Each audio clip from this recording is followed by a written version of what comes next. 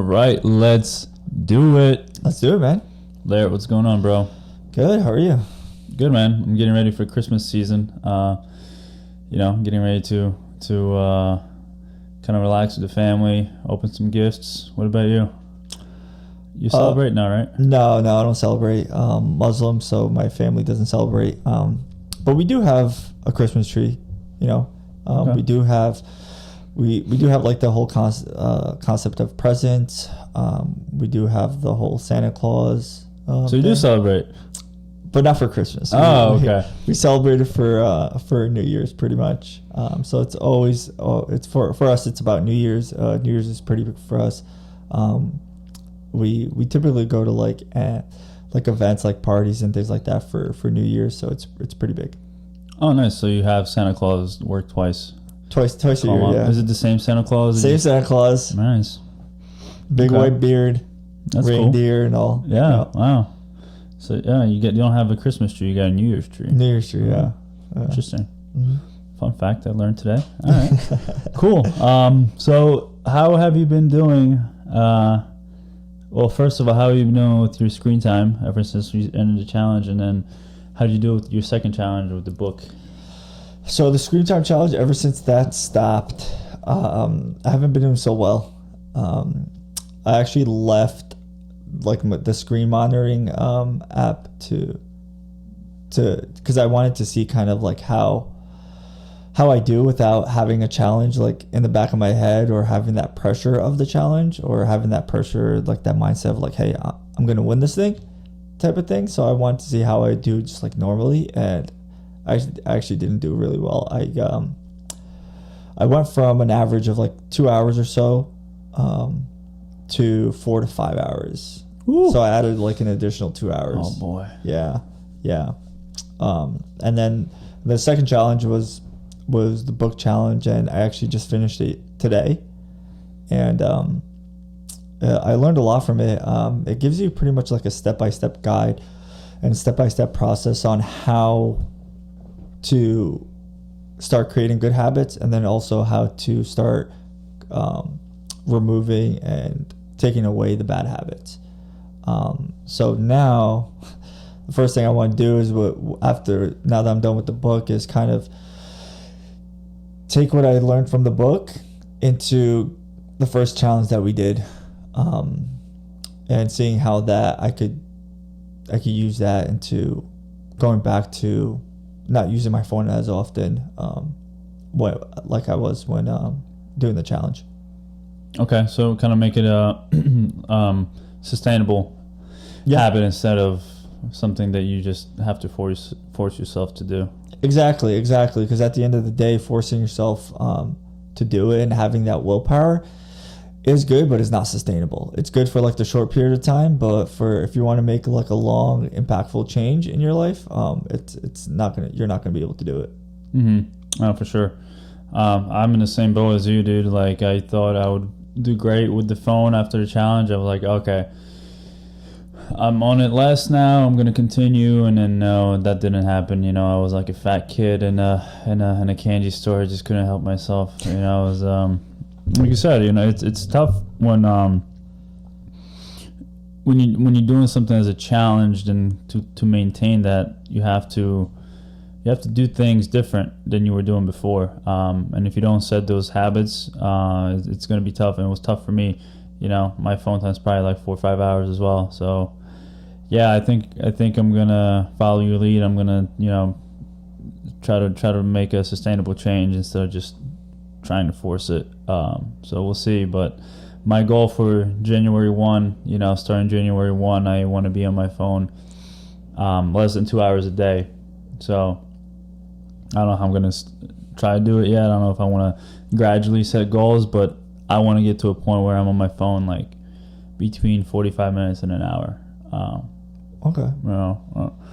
On average, unless I have to be on social media because our podcast has grown so much and I have to respond to everybody. Then all right, maybe I'll be on it a little longer. But and then my book, the book you recommended, Leaders Eat Last. I thought I'm not fully done. I have like 2 chapters left, but so far so good. I think it really illustrates what it supposed to, what a leader is supposed to be. It's supposed to be someone who, cares about the success of the team. If the team succeeds, the leader succeeds. And in today's corporate America, it's not usually the case. It seems like the leader is more of a micromanager who's set out to raise shareholder value and not as much involved in growing the talent, helping people, letting people be creative. It's more about the numbers. It's a numbers game, top line revenue. Whereas, that kind of attitude could be detrimental to a company. So, definitely eye-opening, and a lot of things that I took out of it that made me, I'm going to use to become a better leader myself.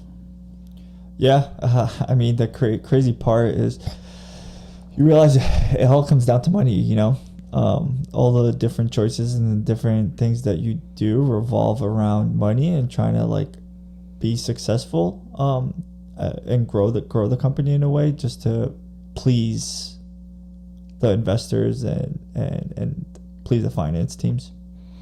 Yeah, and at the end of the day, the people that invest should get a return on their investment, but the companies, it seems like a lot of companies are going about it the wrong way. Whereas, I think that one of the statistics in the book was a third of the people in the workforce hate their job, but don't quit for one reason or another, because it's just kind of like a bad marriage or a bad relationship. They get stuck in that sense of this is just what it is. So, for me, it was helpful. Okay, be more cognizant of how I approach my day to day as a leader in a company, how I treat people, and just having the right mindset, going into it. So yeah, thanks for the recommendation. Definitely appreciate that. Yeah, of course. I'm glad you like it so far. Yeah. So moving on to our topic of the podcast. So we want to put 2020 in review, kind of talk about some things that even as much as we want to forget about it and put it behind us, what have we learned from this year? What can we take? What are some things you could take that we learned and bring them into 2021? So I'll just start with you. Give me your thoughts on really how the year went for you, and then just obviously COVID happened. So how did you react? What was going through your mind? Yeah, so originally started off with just being a normal year, right? Nothing really changed come January and February. And then all of a sudden, towards the end of February and into March was when it started becoming more serious. We started seeing a lot more on the news. And then it came to America. That's when the infection rate started happening, the hospitalizations, the death rates, and everything just started growing.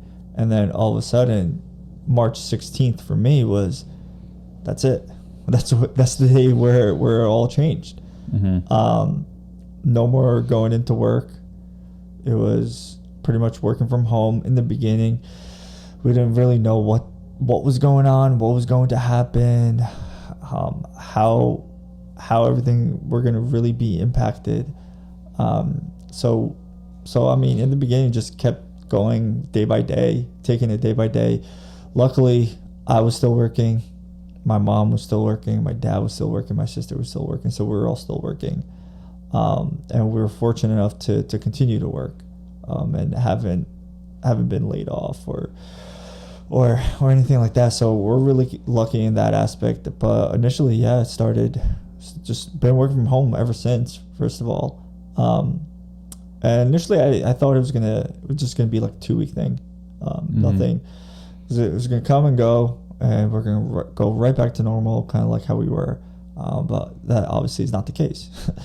No. So that happened, and then it's kind of still the way it is, right? We still working from home. Don't really know when we're gonna go back to it. Going back to the office, I don't see us going into the office anytime soon, at least personally for me, but we'll see what happens.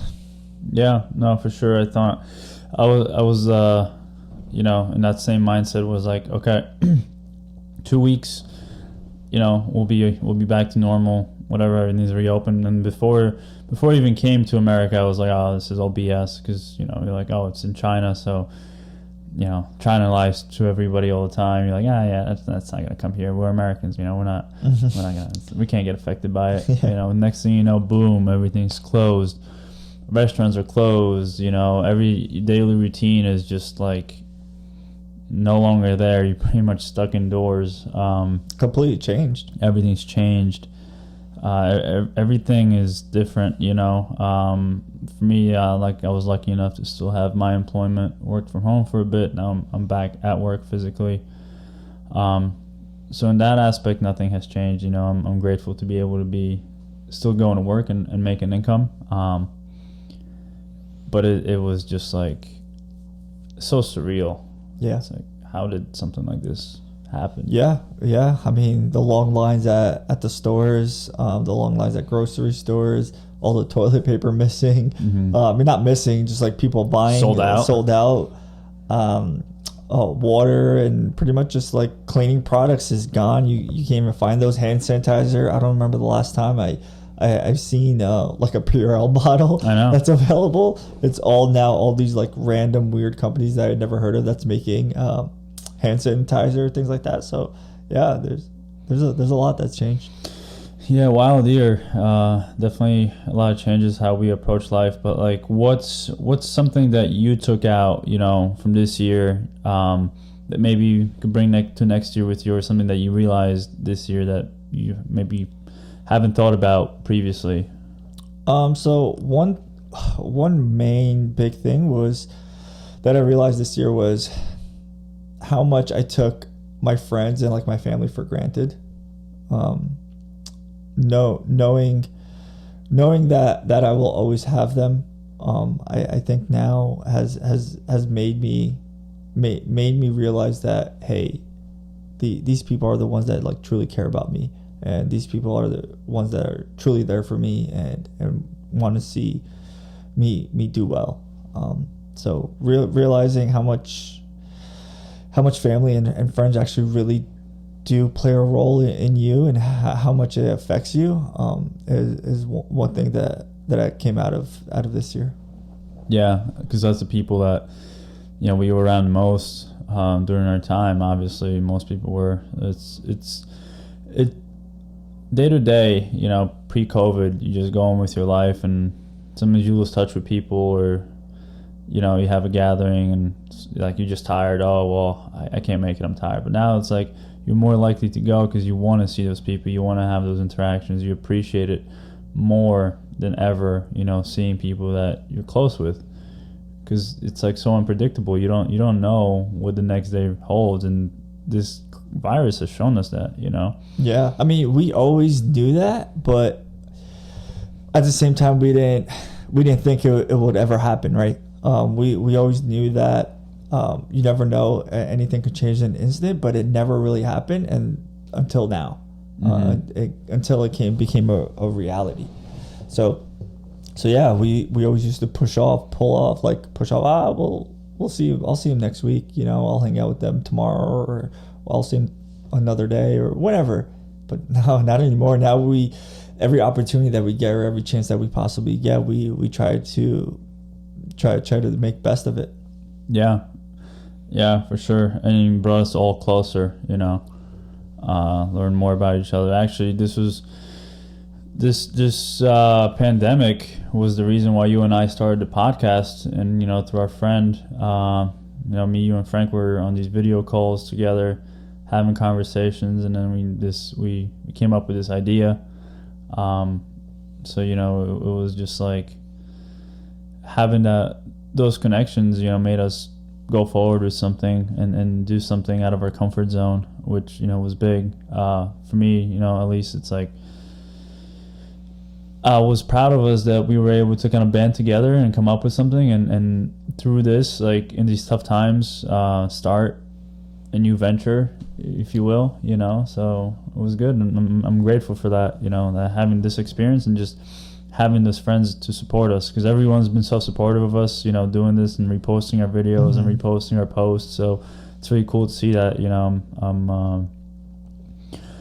Definitely makes you realize how much you took things for granted before. Yeah, there's a saying that goes, it's better to be appreciative of something than to take it for granted. Mm-hmm. And ultimately that's what it is, right? That's kind of like the main focus and the main thing for this year for me and you, I think, as well, is realizing how much family and friends, how much we appreciate them. Yeah, and then just how much we appreciate day-to-day things, you know.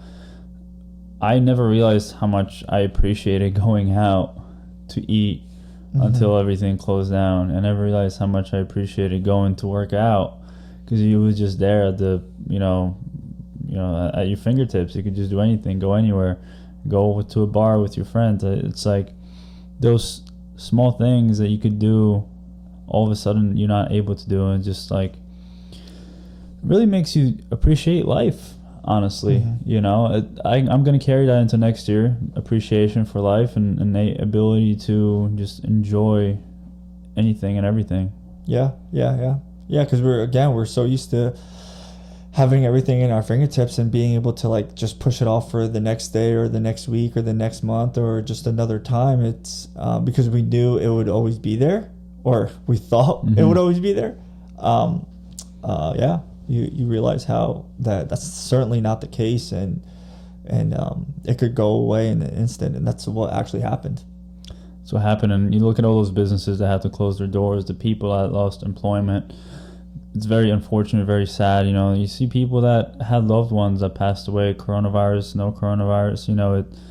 They can't see them in the hospital on their deathbed. It's just so heartbreaking, and seeing that, it just like brings pain to me, and like people that are still now today suffering because they can't go back to work, or a very traumatic year for so many people, made me realize that what could I do to kind of help. I know that you and I were we're each one individual, but it's like there's probably something that we could do, right?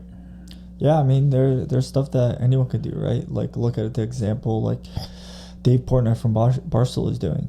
He started off with, what's his name? Like, challenged him, was like, hey, all right, if you put 500,000, I'll put 500,000, into a charity or into like helping small businesses, and then ultimately anyone could do that, but here's the thing, it just takes that one person, right, to for you to be able to realize that. Same thing for, I think, me and you. It's like, hey, we could help out in any way possible as well. Yeah, you don't have to wait for the government to get involved. You don't have to wait for somebody with billions of dollars to get involved. You could get involved, and it's just like a domino effect, snowball effect. It's you start, somebody else sees it, maybe you'll inspire someone else to do something. Just like Barstool is kind of inspiring us to do something, because we're in good positions. We're not rich by any sense of the word, but I think we have enough at our disposal to help, or at least give some time to somebody. Like at the very least, you can give your time. Yeah, ultimately it doesn't have to be money, right? It could be your time. It could be volunteering for something.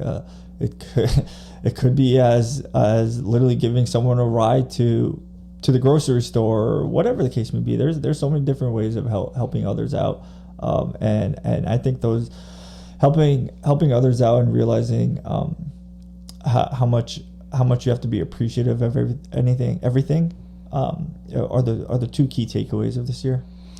Yeah, and especially right now during the holidays, there are people that are suffering, and it's a tough time. The holidays are supposed to be a fun time, a good time, and for a lot of people it's not, unfortunately. So if there's anything anyone can do, I strongly encourage you to do it. Even if you don't feel like it's a lot, it's something. It's more than nothing. So there's somebody out there, if you have used clothes that you don't want to wear anymore, donate them. Don't throw them out. If you have some extra time, go volunteer at a food bank. It's something. I know a lot of people that depend on those meals and depend on going to Salvation Army for clothes. It's like we don't realize that the things that we have that we don't hold value might be some valuable to somebody else. You know what I mean? Absolutely. So yeah, I think, you and I should get together. Maybe we'll find a charity or organization that is helping people, and we'll do something during the season to help out. I think it'd be really good. Yeah, I'm up for it. Absolutely. Yeah, helping out as much as possible is something I want to not only take on, but also like moving forward, something that I think will be great, personally for me, and then also to whoever's getting that help. Yeah, with all the division and all the kind of like back and forth between people in the world, I think even people in the country, it's like we don't have to feed into that. You could help someone no matter what. They don't have to hold your political view. They don't have to be like you. You could help out just simply because you want to help someone out. I think that's getting lost right now with the media kind of taking sides and dividing people. I think it's the message of this year should be people getting united to do things for each other rather than going at each other on social media.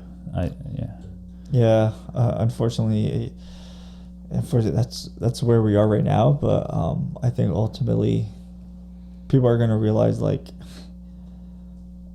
to literally to help everyone out, to not let this divide kind of affect you. Like, ultimately people have different opinions, people have different views, and that's okay. It's okay. I think if everyone had the same view, we would never have any progress. What I mean? Someone has to come in and challenge another person. That's how growth happens. You're not just gonna. It's not possible for one view to help the nation prosper. You have to have contradicting. You have to have new ideas, fresh ideas. Some of them might be a little out there, or some of them might be really great.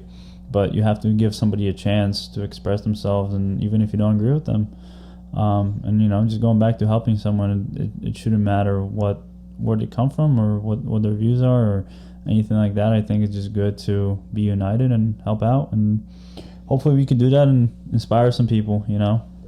Yeah, absolutely. I'm up for it 100%. I think this is a time where people are in need, and especially this year is especially important. And I think we could definitely do something. All right, that sounds great, man. So like I said, if anybody has any ideas or recommendations, let us know. Yeah, we're up for it. We'll look into it and take it from there. Sweet. All right. Well, if I don't see you, Happy New Year, Merry New Year. Happy New Year and a Merry Christmas. Merry Christmas. Okay. All right. Happy New Year and a Merry Christmas. Yes, you too, man. All right, brother. All right, have a good one. All right, you too, man.